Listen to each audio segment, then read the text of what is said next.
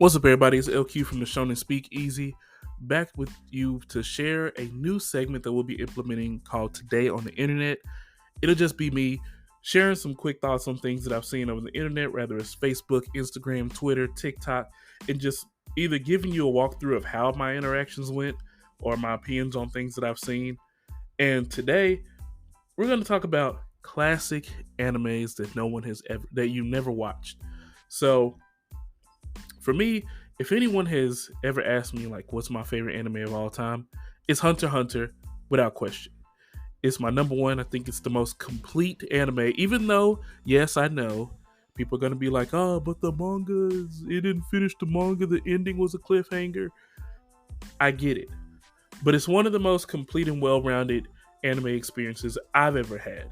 And it's okay if people disagree with that. That's fine. Most likely you're wrong, especially if it's not in your top 10 at all. But I watched it when the what was it 2011 the remake or whatever version came out, and it was excellent. I ended up binging it. I thought everything was excellent, even for people that were like the Chimera arc is kind of long. I thought it was beautifully done. I like the art. I like the main characters. Gon is a G, no pun intended. Killua and the rest of the cast just brought everything together, and the show really came to life for me. And it was one of the most enjoyable anime experiences I've ever had. With that said, there's also some others to consider as well. If you haven't seen Full Metal Alchemist Brotherhood or Death Note, or in my opinion, this is a classic, but I'm yet to hear it from like a large majority of people. Assassination Classroom is easily one of the best animes ever made. I believe it rivals the other three that I've named. My top five is Hunter x Hunter, Full Metal Alchemist Brotherhood, Death Note, Assassination Classroom, and I'm still torn between Mob Psycho 100 and Kino's Journey. I got an eclectic mix. My top 10, I'm not going to tell you the rest of the whole list, but I do have a top 25 list that I will be sharing at some point in time. Just not right now. But anyway, on to the actual topic at hand. There were a lot of people that grew up with Toonami. So you got your Yu Yu Hakusho's, you got your Dragon Ball Z, you had Naruto, Inuyasha, Samurai Champloo, and I realized that when I was growing up, I didn't really have access to any of these. Like the first anime I ever saw was Pokemon, the original Pokemon. And right after that was Dragon Ball Z, which of course is more captivating when you get to be in the preteen age and seeing the hyperviolence and power-ups and special beams, like all the flashing lights and attacks. And after that, I realized I hadn't seen another anime for maybe 4 or 5 years after that. And the weird thing was, once I started watching more anime, it really shifted what I enjoyed a lot. Like I was never chasing the feeling that I had watching Dragon Ball Z or Pokemon again. To an extent, I honestly don't really care about shonens. You could say that Hunter x Hunter is a shonen. It pretty much is. Mob Psycho 100 is a shonen, but the rest of the list that I really like is pretty much nowhere close. Maybe JoJo's Bizarre Adventure, but I like a good laugh, and I think JoJo's Bizarre Adventure is one of the funniest animes to ever exist that doesn't intend to be purely funny. Another show that I started watching a little bit later in life that I think is great is Yu Yu Hakusho. I know, to a lot of people who know how much anime I've watched now compared to that time period, you would never guess that I have not ever finished Yu Yu Hakusho. I just started watching it last year. And is it great? Absolutely. Did it age well? Of course it did. Have I made it past the first tournament? No. And that's for another reason. It's because I have never seen One Piece. And I know that's a shock to quite a few people, but I don't even know where I was in this time period where One Piece started. And I didn't read manga. I've never read, the only manga I've ever read is like a few chapters of Black Clover. And that was good, and then I stopped because they were making an anime, and then I watched like 10 episodes of anime and stopped watching it. Don't worry about that, because the reason why is dumb. It's just that I don't finish a lot of shows. But the ones I do finish usually have something very captivating, and it makes me want to watch it. Or there's a couple things in life I've hate watched as well, so it is what it is. But some of the shows that people are naming, I could really relate to, like Sailor Moon. Not gonna lie, never seen Sailor Moon in my entire life. I know cool things about it, but I've never watched it. There's some people that have never seen Dragon Ball Z, which blew my mind because I thought that was just easily one of the biggest animes of all time. Seems to be that I'm right. They have the whole big three talk, and I'm not going to get into the big three talk because the reason that people choose their big three and the reason why the big three is the big three are different. And I just don't care to have that argument. It's not necessary. It's not healthy. But there's one anime that was the anime. One Piece was the anime that I didn't watch it because there were too many episodes. And when somebody told me about it, it was around episode 800.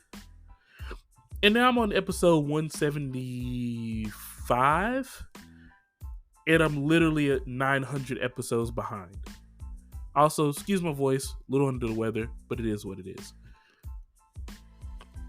And after watching this 175 episodes, I really come to realize One Piece is freaking amazing.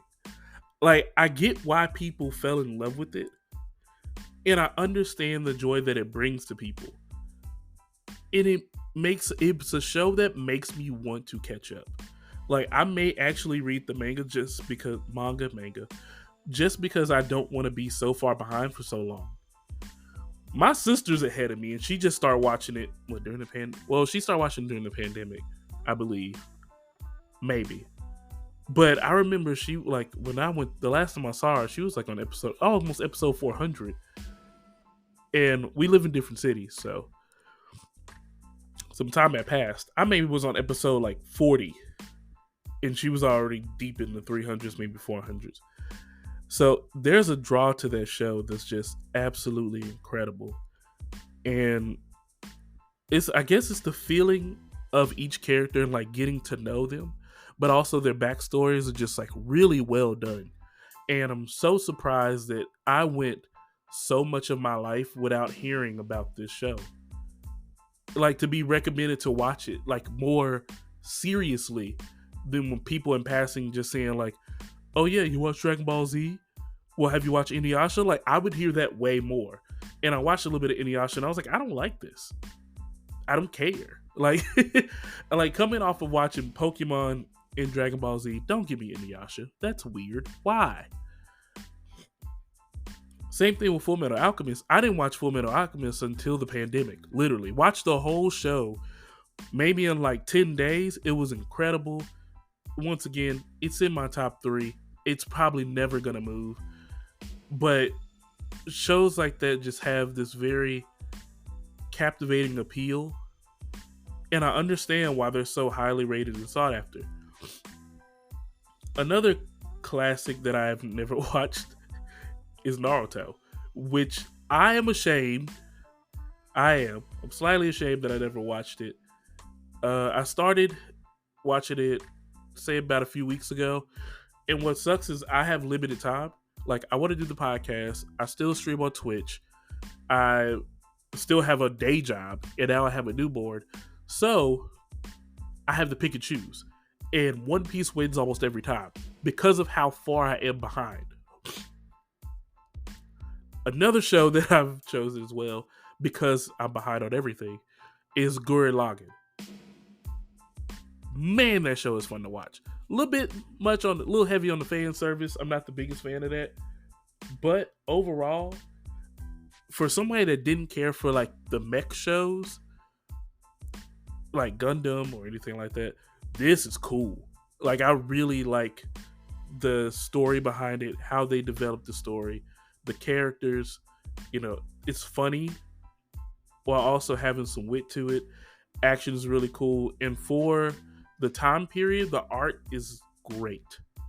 Like it aged pretty well. I'm not looking at it like, oh man, I can't wait till the newer episodes that's come up, blah blah blah. But yeah, overall, like I am surprised that I haven't seen any of these classics myself. I'm surprised that they're classics because I hadn't seen them or heard about most of them. Like Toriko is considered one of the classic animes. I heard about that before anyone told me to watch One Piece. And it's weird because I'd never even heard of Toriko coming on TV in the US. But with that said, I want to know, what are some classic animes that you're yet to watch? Should I feel bad for not having seen these? Is it all good? Are you in the same boat? We really want to know how you feel and what you think of this list. And also, what do you think of my top 5? But anyway, that's all for now. It's LQ. It's been great. Shonen Speakeasy. We out.